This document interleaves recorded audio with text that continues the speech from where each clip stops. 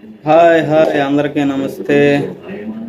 2 రోజులు టైం పట్టినా సరే కష్టపడి మిస్టర్ బచ్చన్ హరీష్ శంకర్ తీసిన ఒక కళాఖండాన్ని నేను 3Dలో చూడటం జరిగింది.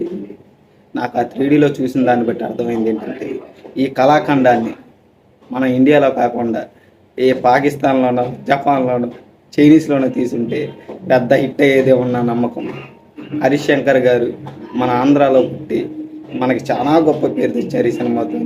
అందుకని అతన్ని మనం ఆంధ్ర నుండి ఏ పాకిస్తానో, జపానో, చైనానో పంపించాలని మన తెలుగు ఆడియన్స్ని అందరినీ కోరుకుంటున్నాను.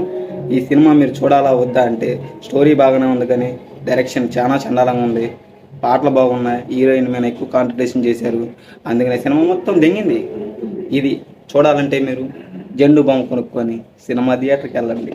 See you in the next video.